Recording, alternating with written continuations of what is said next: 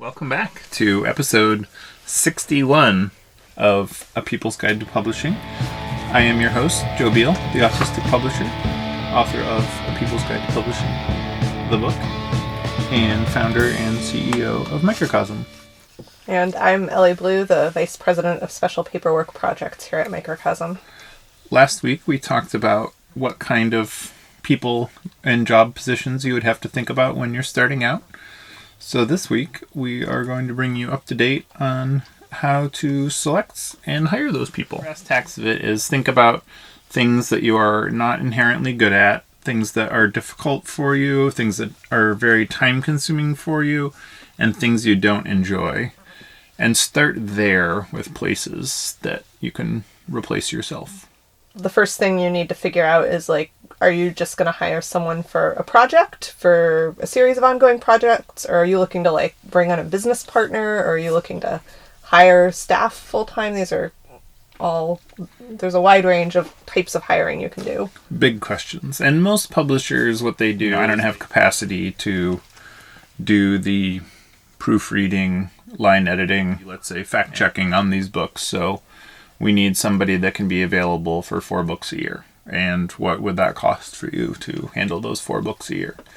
You can do it like that, or you can bring in somebody to work with you. A lot of times it's nice to have company. It can be really nice to, have somebody when you're like, okay, we got this letter from the IRS. Can you follow up with this and deal with it, please? Because I am working on this other thing. Or just sometimes it's helpful if you have a 2-person task, like say unloading a truck or loading a truck or, filling a large Kickstarter order project fulfillment. It can be nice to have another person to shoot the shit with while you do it. Big thing, though, is you want to make sure that, the person you're hiring, is going to add value to your publishing company and your projects. Yeah. Rather than just be, somebody to hang out and make you feel like you have a coworker, because you can have a co-working space for that, or a friend. And a lot of times, you'll find out quickly that somebody could spend all of their time doing tasks that have no reward. That is very, very possible, especially in the first year of your operation. So you want to think about what are the outcomes of those tasks and what are the rewards. So how do you find the person to hire? How do you find these people who can do these things that you can't do? They will make themselves known. That is true. They have a remarkable way of appearing out of the woodwork to say, I exist. Here are my skills. And normally this is done in the way where they're like, I can't help but notice that you are doing this particular aspect badly. I got an amazing email once about my website, and I didn't hire that person. They didn't want to be hired. They just wanted to let me know that my website really offended their sensibilities as a web developer, which was the greatest gift anyone's ever given me. But then it turned out I had another friend who was a very talented web developer and worked with me for years.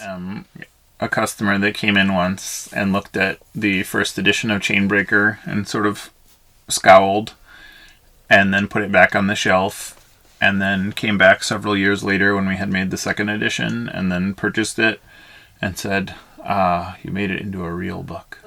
But what if you're really just starting out and you don't know other people that have these kinds of publishing skills? What would be it? Say you need someone to design your cover, and there's a lot of people out there who will come to you and offer you to design your cover that aren't necessarily going to be the best designer for it. How do you pick?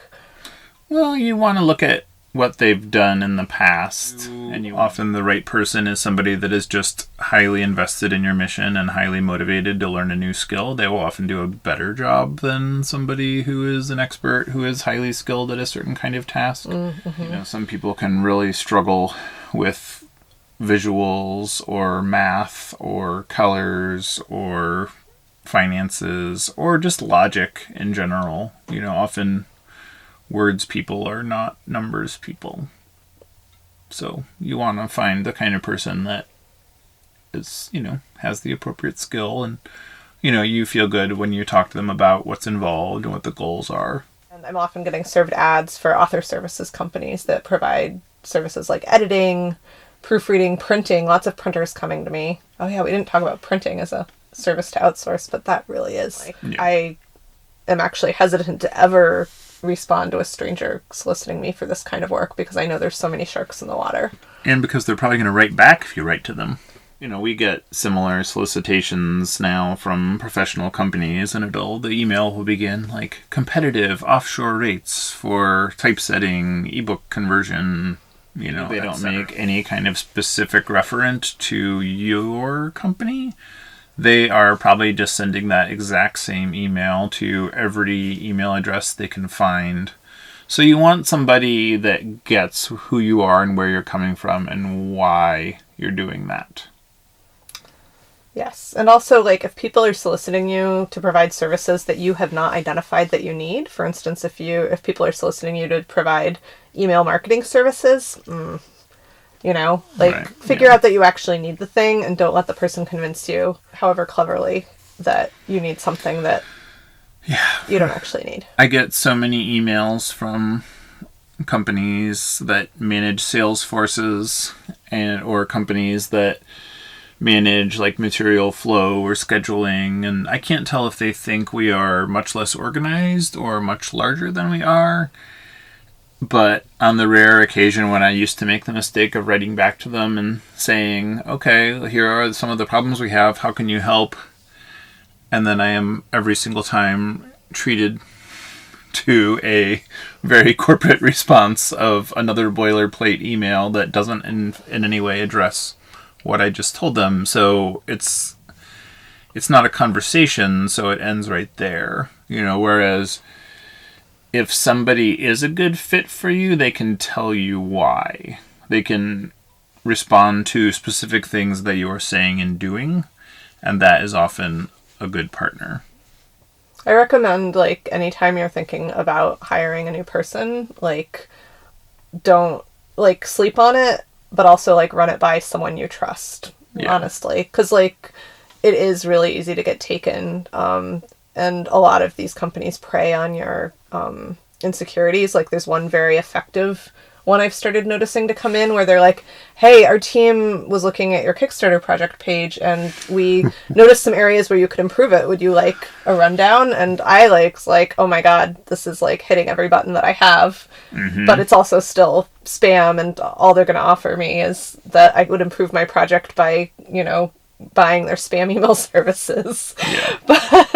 And there's a reason that they're good at pushing buttons. I mean, that's their business. And yeah, we get these things all the time where they're like, here are how you're screwing up. Please give us money. The job of any publisher is to decide which 50% of feedback to disregard. All right. So say you've identified someone that you're pretty sure you want to work with. How do you figure out how much to pay them? And how do you negotiate that? Well, you should figure out how much to pay them based on how much you can reasonably afford, And so I'd take into account like what your financial situation was before starting the company and what it is now. Like if you have reduced your lifestyle by several levels, then, you're not going to be paying them a living wage. You're going to be paying them what you can afford to pay them reasonably. And there are times now where other people earn more than I do, and I feel like that's okay, but that's not a good place to start because it will make you resent the other person, especially before they've proven themselves and they've created an added value. So, the best kind of agreements are ones that are contingent upon outcome rather than based on them promising big and delivering small. Thanks for joining us once again. Please send your questions to podcast@microcosmpublishing.com so we can answer them on future episodes. And please give us 5 stars on iTunes and everywhere else that podcasts are reviewed. You can find us on the internet at microcosm.pub.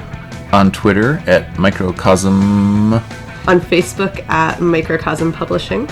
On Instagram at Microcosm_pub. And here in Portland, Oregon on North Williams Avenue. Thank you so much. Have a wonderful week.